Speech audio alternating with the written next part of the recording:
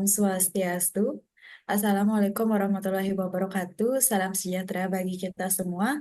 Shalom, namo buddhaya, salam kebajikan, dan salam harmoni.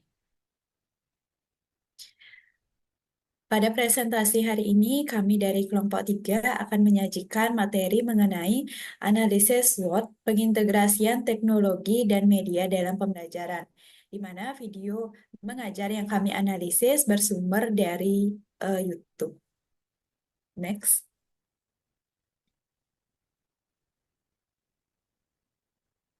Baik, sebelum memulai presentasi, izinkan kami memperkenalkan diri.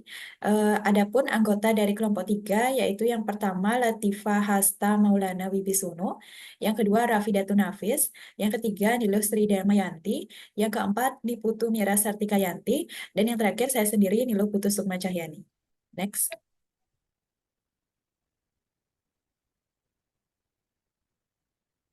Nah, adapun video mengajar yang kami analisis pada presentasi yang akan kami sajikan hari ini, yaitu bersumber dari video YouTube, yaitu mengenai video pembelajaran matematika, mengenai materi nilai tempat kelas 3. Next.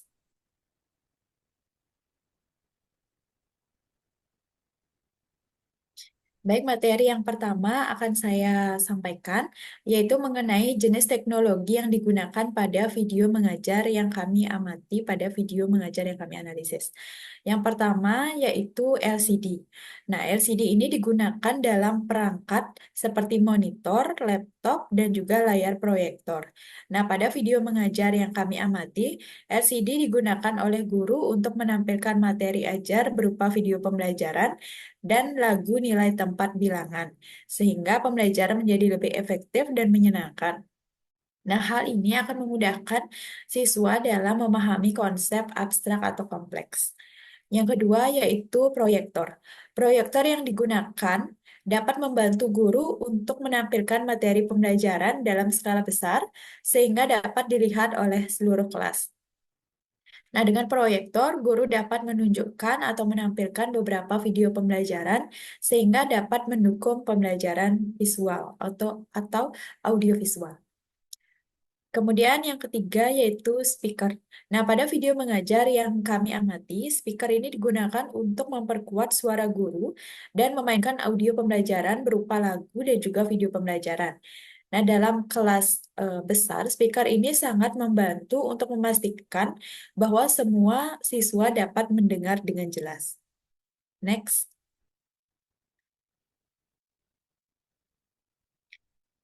Yang kedua yaitu jenis multimedia yang digunakan pada video mengajar yang kami amati. Nah, jadi yang pertama itu adalah multimedia audio. Nah, jadi lagu nilai tempat yang ditayangkan melalui LCD merupakan salah satu contoh multimedia audio, di mana musik atau lagu yang digunakan oleh guru untuk menarik perhatian siswa, menciptakan suasana belajar yang menyenangkan, dan membantu peserta didik untuk mengingat konsep dengan lebih mudah melalui lirik yang relevan. Nah, dari video mengajar yang kami amati ini diketahui bahwa dengan lagu nilai tempat yang digunakan oleh guru dapat mendorong partisipasi aktif dari siswa seperti menyanyi bersama dan mengikuti irama. Yang kedua yaitu multimedia video. Nah, video pembelajaran yang ditayangkan melalui LCD itu merupakan salah satu contoh multimedia video karena menggabungkan elemen visual dan audio untuk menyampaikan informasi. Nah, jadi dengan video, guru dapat menyampaikan materi yang kompleks dalam waktu yang lebih singkat dan efisien, sehingga mempercepat pemahaman peserta didik terhadap materi.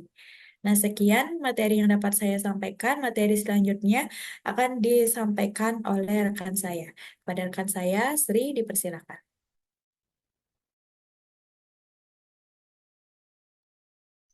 Baik, terima kasih atas waktunya.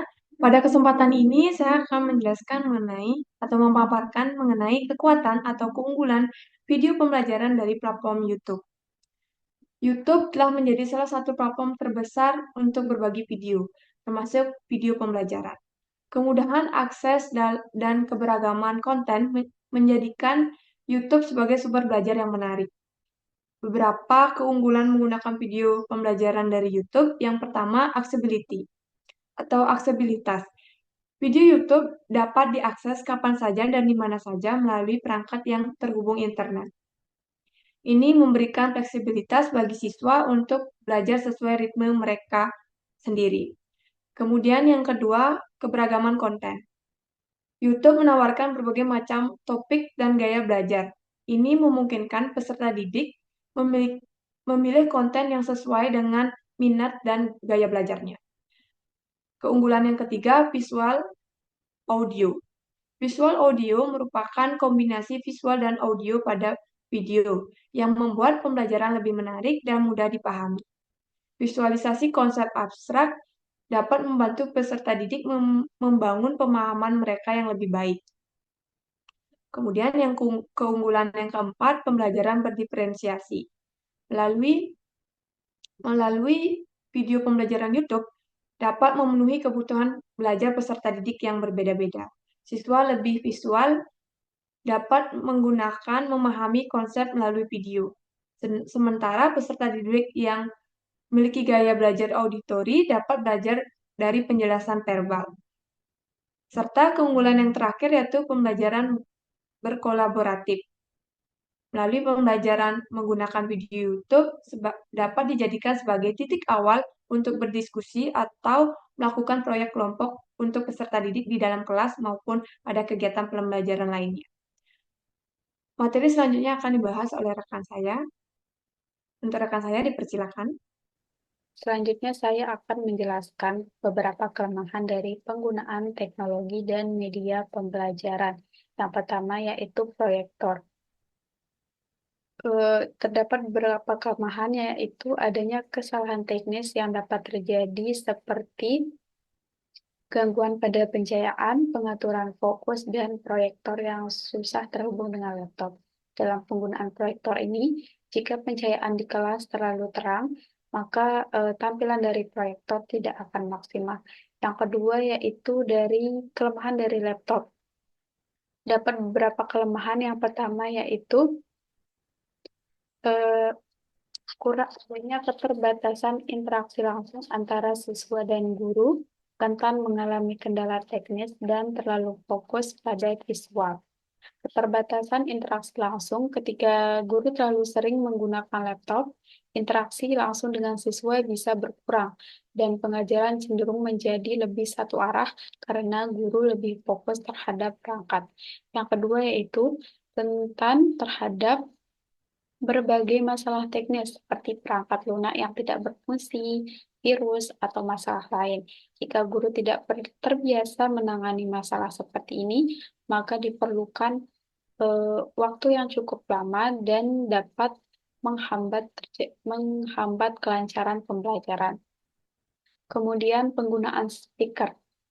Teknologi ini sangat bergantung pada listrik, sehingga jika terdapat kendala pada listrik, maka speaker tidak dapat digunakan. Meskipun terdapat speaker yang menggunakan Bluetooth, speaker tersebut haruslah di-charger dan biasanya baterainya tidak bertahan berjam-jam. Kemudian, kelemahan dari video pembelajaran. Yang pertama yaitu kurangnya personalisasi pengajaran. Video pembelajaran biasanya bersifat umum dan tidak menyesuaikan dengan karakteristik peserta didik yang ada di kelas. Hal ini bisa menyebabkan siswa dengan berbagai tingkat pemahaman merasa kesulitan mengikuti materi yang disajikan. Kemudian, video pengajaran yang tidak ideal.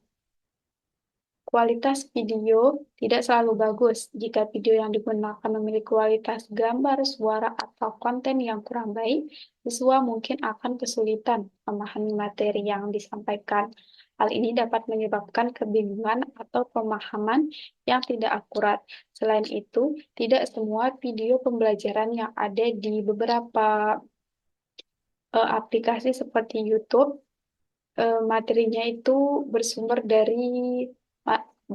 dari sumber yang akurat, sehingga guru perlu kritis untuk menampilkan video yang akan disampaikan. Sekian, selanjutnya akan diteruskan oleh rekan saya. Terima kasih. Selanjutnya yaitu peluang integrasi integrasi teknologi dan multimedia platform YouTube yang digunakan ke dalam pembelajaran di Indonesia sebagai berikut.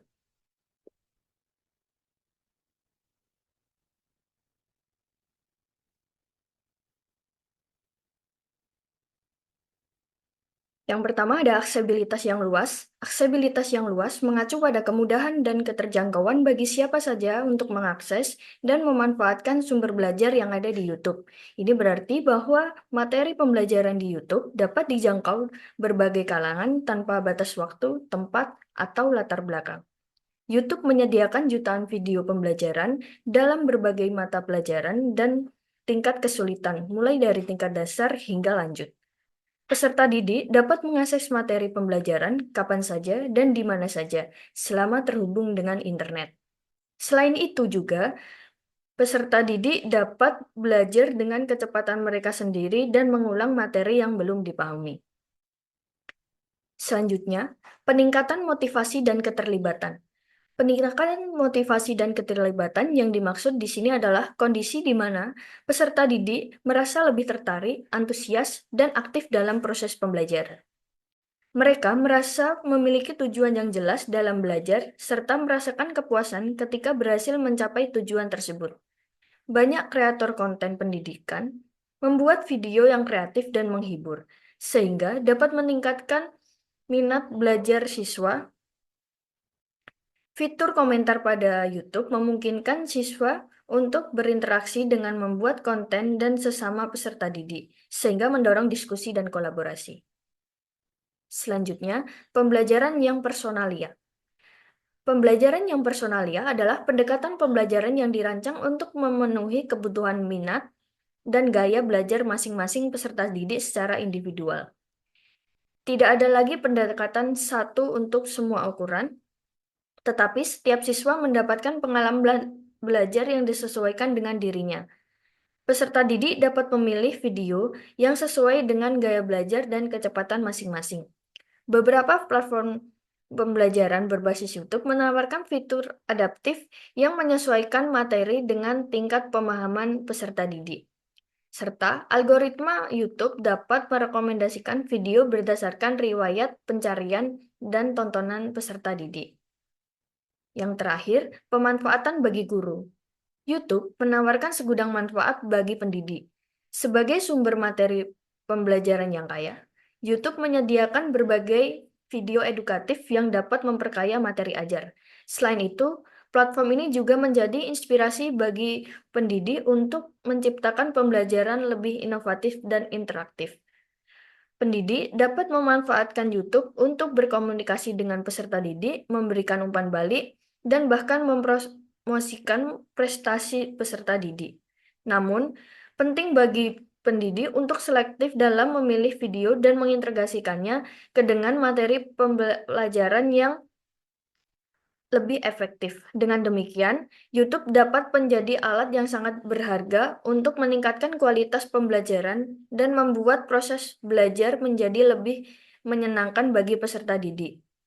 Pendidik dapat mencari video untuk memperkaya materi ajar mereka atau sebagai contoh untuk menjelaskan konsep yang sulit. Video dapat digunakan untuk membuat kuis atau tugas yang lebih menarik dan interaktif. Pendidik dapat bergabung dengan komunitas online di YouTube untuk berbagi pengalaman dan menginspirasi. Selanjutnya akan dijelaskan oleh rekan saya.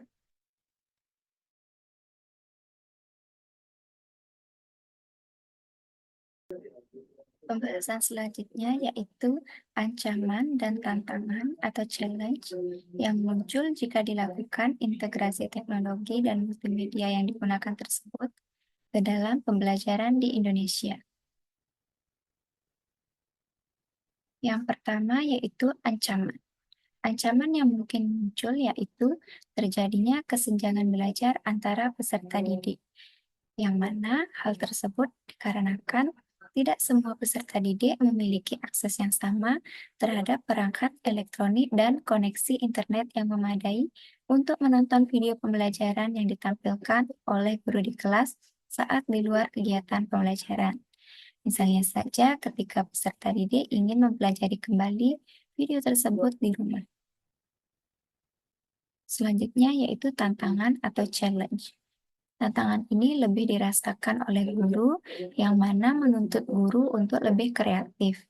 Dengan memanfaatkan teknologi dan multimedia dalam kegiatan pembelajaran, menuntut guru untuk dapat mencari referensi video pembelajaran yang sesuai dengan materi yang akan diajarkan. Sehingga video pembelajaran yang digunakan dapat mempermudah peserta didik dalam memahami materi pelajaran, bukan malah sebaliknya menimbulkan kebingungan pada peserta didik. Di samping itu, guru juga diharapkan dapat mengoperasikan teknologi dalam kegiatan pembelajaran, seperti misalnya laptop, proyektor, dan speaker, sehingga video pembelajaran yang telah disiapkan dapat dimanfaatkan secara maksimal dalam kegiatan pembelajaran di kelas. Sekian pembahasan dari saya.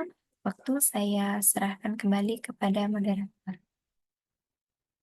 Nah, sekian presentasi yang dapat kami sampaikan. Kami berharap presentasi yang kami sampaikan dapat bermanfaat dan menambah wawasan. Kami tutup presentasi ini dengan mengucapkan salam. Om Santi, Santi, Santi Om. Wassalamualaikum warahmatullahi wabarakatuh. Salam sejahtera bagi kita semua. Shalom, namo buddhaya, salam kebajikan, dan salam harmoni. Terima kasih.